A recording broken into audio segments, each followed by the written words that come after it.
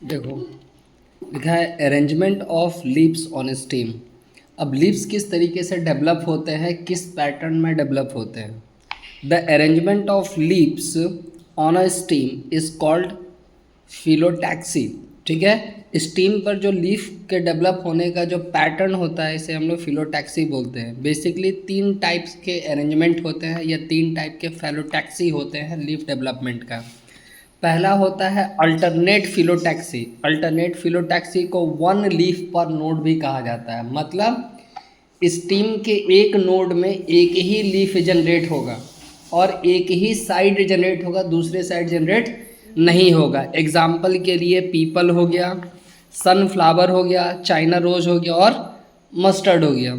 दूसरा है opposite phyllotaxy, मतलब एक नोड में 2 लीफ डेवलप होंगे लेकिन अपोजिट डायरेक्शन में, एक लेफ्ट डायरेक्शन तो एक राइट डायरेक्शन में। इसमें एग्जाम्पल के लिए गुआवा, तुलसी, जैस्मिन, ये सारे प्लांट आते हैं। और तीसरे नंबर पे आता है होल्ड फिलोटैक्सी। ठीक है, मतलब एक नोड पे 3 या 3 से ज़्यादा लीफ अगर डेवलप होते हैं तो इसे हम लोग होल्ड फिलोटैक्सी के नाम से जानते हैं, जैसे कि कनार, ओलेंडर। अब देखो, जैसे यहाँ अल्टरनेट फिलोटैक्सी है एक नोड है, एक लीफ है, दूसरा लीफ तो नहीं है। फिर यहाँ पर कोई नोड डेवलप नहीं हुआ, फिर थोड़ा ऊपर गए, अपोजिट साइड एक दूसरा नोड डेवलप हुआ, मतलब एक नोड में एक ही लीफ अगर जनरेट होता है तो ये क्या है, अल्टरनेट फिलोटैक्सी है। दूसरा है अपोजिट फिलोटैक्सी, नाम से ही पता चल रहा है, ठीक है, कि नोड तो एक है लेकिन एक लीफ लेफ्ट साइड और एक लीफ राइट साइड, यानी एक लीफ पर, एक नोड पर 2 लीफ डेवलप हो रहे हैं और दोनों एक दूसरे के अपोजिट डायरेक्शन में हैं, तो ये कहलाएगा अपोजिट फिलोटैक्सी। और थर्ड पे है होल्ड फिलोटैक्सी, मतलब एक नोड पे कितने लीफ हैं, 4। अच्छा, एक नोड पे 4 और 2 लेफ्ट 2 राइट, तो इसको बोलेंगे होल्ड फिलोटैक्सी। यानी लीफ डेवलपमेंट का अरेंजमेंट यही 3 तरीके का होता है और इसी अरेंजमेंट को फिलोटैक्सी बोलते हैं। टाइप्स ऑफ फिलोटैक्सी हो गया alternate phyllotaxy, opposite phyllotaxy and hold phyllotaxy.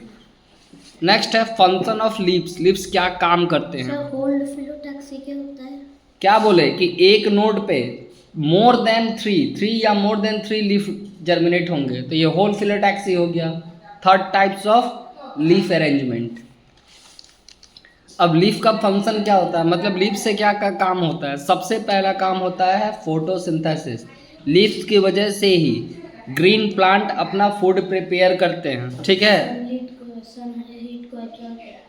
ठीक है। और इस प्रोसेस में प्लांट 2 चीज़ों का सबसे ज़्यादा यूज करते हैं, कार्बन डाइऑक्साइड और वाटर का। The process in which green plant use carbon dioxide and water to make their food in the presence of sunlight and chlorophyll is called photosynthesis. यहाँ से हमको डेफिनेशन में मिला है कि एक ऐसा प्रोसेस जिसमें ग्रीन प्लांट कार्बन डाइऑक्साइड और वाटर का यूज करते हुए, ठीक है, अपना फूड प्रिपेयर करते हैं with the presence of sunlight and chlorophyll. This process is called photosynthesis. Leaf is known as food factory of a plant. Leaf को प्लांट का फूड फैक्ट्री भी कहा जाता है क्योंकि लीफ की वजह से ही प्लांट अपना फूड प्रिपेयर करते हैं, ठीक है। जितने भी ग्रीन लीव्स होते हैं, ठीक है, जितने भी ग्रीन लीव्स होते हैं आखिर वो ग्रीन कलर के क्यों होते हैं, ये भी क्वेश्चन क्रिएट होता है। तो ग्रीन कलर लीव्स में आने के पीछे सबसे ज़्यादा रिस्पॉन्सिबल होता है क्लोरोफिल। क्लोरोफिल की वजह से ही प्लांट के लीव्स का कलर ग्रीन होता है, ठीक है। A chlorophyll molecule trap sun energy from sunlight, ठीक है। अब इसी क्लोरोफिल की वजह से लीफ करते क्या है, सन के लाइट को एब्जॉर्ब करते हैं और फोटोसिंथेसिस के प्रोसेस पे अपना फूड प्रिपेयर करते हैं। इसको एक रिएक्शन के जरिए समझाया गया है कि कार्बन डाइऑक्साइड और वाटर के बीच क्या होगा, केमिकल रिएक्शन होगा with the presence of sunlight and chlorophyll, तब जाकर क्या प्रिपेयर होगा, ग्लूकोज और ऑक्सीजन। ग्लूकोज हो गया प्लांट का फूड और ऑक्सीजन जो हो गया कि जो दूसरी लिविंग प्लांट, लिविंग थिंग्स जैसे कि एनिमल हो गया, एनिमल को या ह्यूमन बीइंग को सर्वाइव करने के लिए क्या चाहिए, oxygen.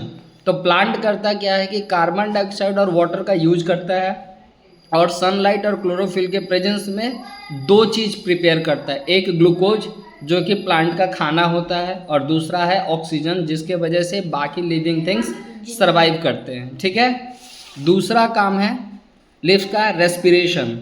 When photosynthesis carbon dioxide enter the leaf and oxygen is given out in respiration is taken. अब देखो हम लोग जो फोटोसिंथेसिस का प्रोसेस पढ़े उसमें प्लांट क्या करता है, कार्बन डाइऑक्साइड लेता है और ऑक्सीजन छोड़ता है। ठीक है, ये काम तो प्लांट दिन के वक्त करता है। क्या रात के वक्त सन का लाइट होता है? नहीं। तो रात के वक्त जब सनलाइट नहीं होता है तो प्लांट उल्टा काम करता है। रात के वक्त प्लांट करता क्या है कि कार्बन डाइऑक्साइड छोड़ता है और ऑक्सीजन लेता है। इसको हम लोग बोलते हैं रेस्पिरेशन। क्या बोलेंगे? रेस्पिरेशन। इसी वजह से कहा जाता है कि इवनिंग या नाइट टाइम पर यानी जब सनसेट हो जाए तो ग्रीन ट्री, ग्रीन प्लांट के पास नहीं बैठना चाहिए।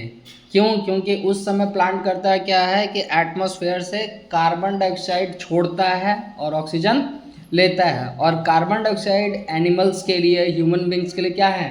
हार्मफुल है। ठीक है, तो दिन के समय प्लांट क्या किया? फोटोसिंथेसिस का काम किया। रात के समय वो रेस्पिरेशन का काम करता है। लीफ का तीसरा काम है transpiration. Transpiration is the process of elimination of excess water from the plant body. अब देखो प्लांट में क्या होता है कि जैसे हम लोग पढ़े कि प्लांट कार्बन डाइऑक्साइड और वाटर का यूज करके फोटोसिंथेसिस का प्रोसेस कंप्लीट करता है, यानी प्लांट में वाटर तो होता ही है। कई बार होता है कि प्लांट ज़रूरत से ज़्यादा water with the help of root absorb करके रखता है। ठीक है, अब प्लांट के पास अगर ज़रूरत से ज़्यादा वाटर हो गया तो प्लांट क्या करेगा? उस वाटर को हटाने की कोशिश करेगा, बाहर करने की कोशिश करेगा। इस एक्सेस वाटर को रिमूव करने का प्रोसेस ही ट्रांसपिरेशन कहलाता है। It is generally evaporation of water from the surface of the leaf by the stomata. अब इसमें क्या होता है कि गर्मी के समय में हम लोग देखते हैं क्या कि सन का लाइट जब लीफ पे पड़ता है, ठीक है, तो लीफ सरफेस पे जो भी वाटर जमा हुए हैं वो सारे के सारे वाटर सनलाइट की वजह से क्या होता है? इवोपरेट होने लगते हैं। तो इवोपरेशन कब होगा? जितना एक्सेस वाटर होगा प्लांट के लीफ में उतना ही एक्सेस वाटर इवोपरेट करेगा। अब इसमें क्या होता है ना कि प्लांट के लीफ में एक बाउंड्री होता है जिसे हम लोग स्टोमाटा बोलते हैं। क्या बोलते हैं? स्टोमाटा। जब अगर लीफ को वाटर को बाहर करना है तो स्टोमाटा ओपनिंग क्लोजिंग दोनों तरीके का एक्टिविटीज़ करता है। जिस सरफेस पर स्टोमाटा में ओपनिंग और क्लोजिंग एक्टिविटी होता है उसको बोलते हैं पोर। क्या बोलते हैं? पोर। जब इवोपरेशन करना है तो स्टोमाटा का पोर खुल जाएगा, ओपन हो जाएगा। सनलाइट उस पोर में से क्या करेगा? इवोपरेशन के जरिए वाटर को रिमूव कर देगा। जब एक्सेस वाटर रिमूव हो गया तो जो बचा हुआ वाटर है उसको तो बचाना है। उस समय क्या होगा? स्टोमाटा का पोर बंद हो जाएगा। बंद हो जाएगा तो फिर वो क्या होगा? वाटर इवोपरेट नहीं होगा। इसी तरीके से प्लांट ट्रांसपिरेशन का पूरा प्रोसेस को कंप्लीट करते हैं। ठीक है, तो यही है फंक्शन ऑफ लीफ।